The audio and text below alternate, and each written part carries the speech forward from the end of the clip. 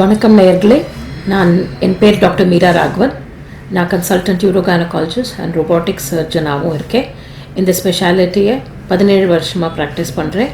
என்னோடய clinic Chennai specialty clinic Besant நகரில் இருக்குது சென்னையில். அண்ட் நான் அப்பல்லோ குரூப் ஆஃப் ஹாஸ்பிட்டல்ஸோட கன்சல்டண்ட்டாக இருக்கேன்.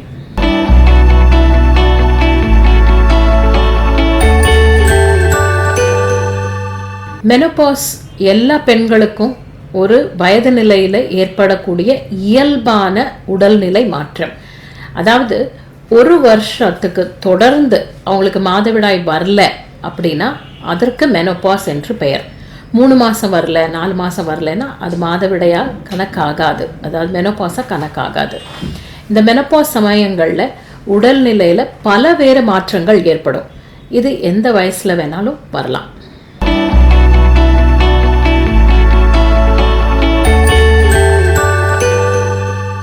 மெனோபாஸ் நான் சொன்னது போலவே மாதவிடாய் வராமல் இருத்தல்.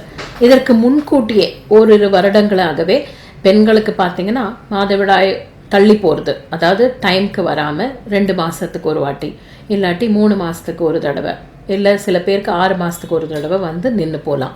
சில பேருக்கு மாதவிடாய் வந்தாலும் ஒரு 2 நாளுக்குள்ளேயே நின்று போயிடலாம். வலி இருக்காது, ஏன்னா அந்த டைமில் கருமுட்டை வெளியாகாது. அண்ட் உடல் பருமன் அதிகமாகலாம். வயிற்று அடிப்பகுதியில் கனமாக தோணலாம், இல்லாட்டி அவங்களுக்கு இயற்கையாகவே சோர்வு ஏற்படலாம், மனத்தளர்ச்சி ஏற்படலாம், மன உளைச்சல் ஏற்படலாம், எலும்புகளையோ மூட்டுகளையோ வலி ஏற்படக்கூடிய வாய்ப்பு இருக்குது. இதற்கு காரணம் இந்த மெனோபாஸ் சமயத்தில் ஹார்மோன் சுரவிகள் கம்மியாக வேலை செய்யறதுனால எலும்பு தேய்மானம் ஏற்படக்கூடிய ஆபத்து இருக்குது. இதனால் இந்த பல பிரச்சனைகள் வரக்கூடும்.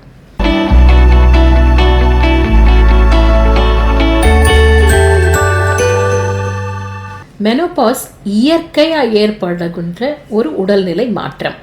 இந்த சினைப்பை ஓவரி என்று சொல்லக்கூடிய ஆர்கன்லேருந்து நம்ம எல்லா பெண்களுக்குமே ஈஸ்ட்ரஜன், ப்ரொஜெஸ்ட்ரான் என்ற ஹார்மோன் சுரக்கும். மெனோபாஸ் வயது அடைந்தவங்களுக்கு கொஞ்சம் கொஞ்சமாக ப்ரொஜெஸ்ட்ரான் கம்மியாகி ஒரு ஸ்டேஜில் பார்த்திங்கன்னா ஈஸ்ட்ரஜனும் இல்லாமல் போயிடும். இந்த ஹார்மோன்ஸ் இல்லாத ஒரு நிலையில் தான் மெனோபாஸ் ஏற்படுகின்றது. இயற்கையாக மெனோபாஸ் இந்திய பெண்களில் பார்த்தீங்கன்னா 48 வயது முதல் 52 வயது உள்ளான பெண்களுக்கு இயற்கையாக ஏற்படக்கூடிய வாய்ப்புகள் அதிகம். ப்ரிமெச்சூர் மெனோபாஸ் என்பது 36 வயதுக்கு உட்பட்ட பெண்களுக்கு ஏற்படக்கூடிய மெனோபாஸ் தான் ப்ரிமெச்சூர் மெனோபாஸ் என்று சொல்கிறோம். எப்படி ஏற்படும்? இயல்பாகவே அவங்களுக்கு சினைப்பை வலுவில்லாமல் இருப்பதனால் ஏற்படலாம், இல்லை ஜெனட்டிக் ரீசன்ஸ்னால அவங்களோட மூதாதையர், அதாவது அவங்க அம்மா, சித்தி, அவங்களுக்கெல்லாம் இந்த மாதிரி ஏற்பட்டுருந்தால் ஏற்படலாம். இல்லை அவங்களுக்கு ஏதோ ஒரு ஆட்டோ இம்யூன் வியாதி, அதாவது சில பேருக்கு இந்த தசை மூட்டு வலியினால் அவங்களுக்கு ட்ரீட்மெண்ட் கொடுத்துருப்பாங்க, சில மருந்துகள்னால இப்படி ஏற்படலாம். ஸ்மோக்கிங், அதாவது சிகரெட் பிடிக்கும் வழக்கம் இருந்தால், புகையிலை போடும் வழக்கம் இருந்தால் இது ஏற்படலாம். வேறு ஏதோ புற்றுநோய்க்கு, இப்போ நிறையா பேருக்கு மார்பக புற்றுநோய் வருது, மார்பக புற்றுநோயோ இல்லை இரத்த சம்பந்தமான புற்றுநோய்க்கோ அவங்களுக்கு ரேடியோ தெரப்பி, கதிர்வீச்சு தெரப்பி, அப்படி இல்லாட்டி கீமோதெரப்பி அந்த மாதிரி கொடுத்துருந்தா கூட மிக சிறிய வயதில் மெனோபாஸ் ஏற்படக்கூடிய வாய்ப்பு இருக்குது.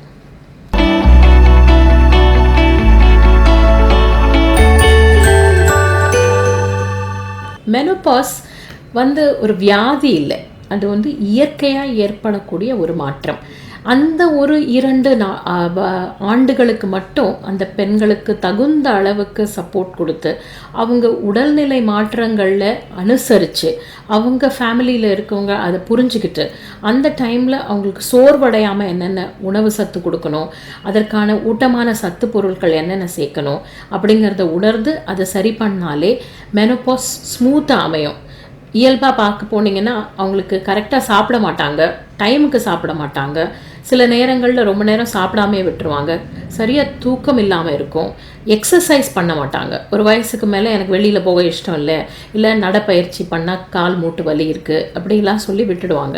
அப்படியெல்லாம் இல்லாமல் கண்டிப்பாக உடல் பாதிப்பு இல்லாமல் இருக்கிறதுக்கு உடல் பருமனை குறைக்க வேண்டும், உடல் பருமன் ஆகாமல் தவிர்க்க வேண்டும்.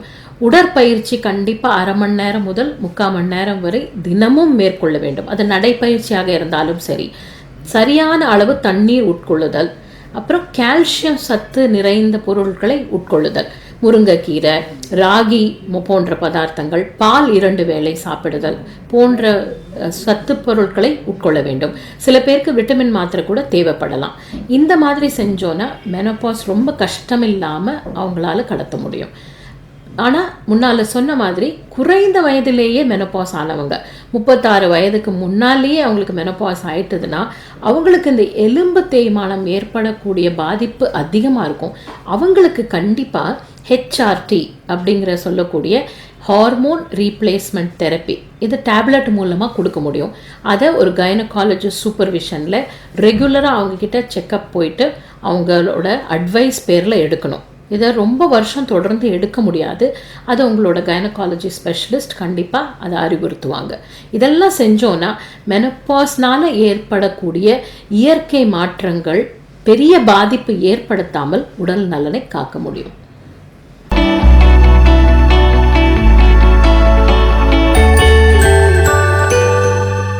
மெனோபாஸ்னால பெரிய பாதிப்பு ஒன்றும் ஏற்படாது. ஆனால் அதை சரிவர பராமரிக்காமல் அந்த உடல்நிலையை விட்டுட்டோன்னா பலவித பாதிப்புகள் ஏற்பட வாய்ப்புண்டு. முக்கியமாக பார்த்தீங்கன்னா உடல் பருமனால் ஏற்படக்கூடிய பாதிப்புகள். அண்ட் உடல் பருமன் ஜாஸ்தியாக இருந்து மெனோபாஸ் சரிவர இல்லைன்னா அவங்களுக்கு மார்பக புற்றுநோய், கர்ப்பப்பை புற்றுநோய் வரத்துக்கான அதிகமான வாய்ப்புகள் இருக்குது. ரொம்ப சின்ன வயசுலேயே மெனோபாஸ் ஆகிட்டா அவங்களுக்கு முட்டி தேய்மானம், எலும்புகள் தேய்மானம் ஏற்பட்டு அந்த முதுகுத்தண்டு எலும்பு தேய்மானத்தினால ஃப்ராக்சர் ஆகிறதுக்கான வாய்ப்புகள் அதிகம். இதனால் இந்த கூன் விழுதல், சரிவர நடக்க முடியாமல் ஆறுதல், முட்டி ரீப்ளேஸ்மெண்ட் சர்ஜரி எல்லாம் ஆகிறதுக்கான வாய்ப்புகள் அதிகம். இதெல்லாம் நம்ம சரிவர கவனித்தோன்னா மெனோபாஸ்னால் வர பாதிப்புகளை தடுக்கலாம்.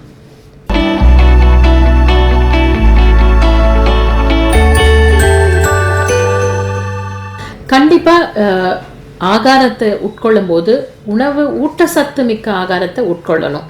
மாவு சத்து பொருட்கள் ஜாஸ்தி உட்கொள்ளாமல் புரத சத்து அதிகமாக இருக்கிறத எடுத்துக்கணும். முக்கியமாக மெனோபாஸ் டைமில் செல்ஃப் பிரெஸ்ட் எக்ஸாமினேஷன், அதாவது மார்பக புற்றுநோய் தவிர்த்தலுக்கான எக்ஸாமினேஷனை தான் மட்டும் மேற்கொள்ளாமல் ஒரு டாக்டரிடமும் சென்று மேற்கொள்ள வேண்டும். மெனோபாஸ்னால் நான் சொன்னது போலவே பீரியட்ஸ் அதாவது மாதவிடாய் குறைத்தலாக வரும், இல்லை ரொம்ப 3 மாதத்துக்கு ஒரு வாட்டி, 4 மாதத்துக்கு ஒரு தடவை அப்படி தான் வரும். மாதவிடாய் அடிக்கடி வருதல், இல்லை வந்தாக்க 20-25 நாள் இருத்தல், இல்லை மாதவிடாய்க்கு இடையிடையே இரத்தப்போக்கு இருக்கல், இதெல்லாம் மெனோபாஸாக கணக்காகாது. இப்படியெல்லாம் இருந்தால் அது கர்ப்பப்பை புற்றுநோயோ இல்லை கர்ப்பப்பையின் வாய் பகுதி புற்றுநோய்க்கான அறிகுறியாக இருக்கலாம். இதை அப்படியே விட்டு விடாமல் கரெக்டாக ஒரு கைனகாலஜிஸ்ட்டை போய் அதற்கான பரிசோதனை செய்து கொள்வது தான் உச்சிதம். அதை இக்னோர் பண்ணிட்டோன்னா புற்றுநோயாக மாறி ரொம்ப அட்வான்ஸாக போகிறதுக்கான வாய்ப்புகள் இருக்குது. மெனோபாஸுங்கிறது கர்ப்பம் காலம் மாதிரியே ஒரு இயற்கையாக ஏற்படக்கூடிய உடல்நிலை மாற்றம்.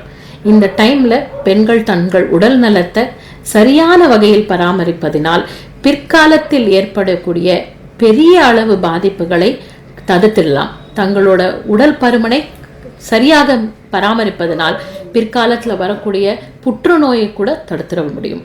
இதுதான் என்னோட அறிவுரை.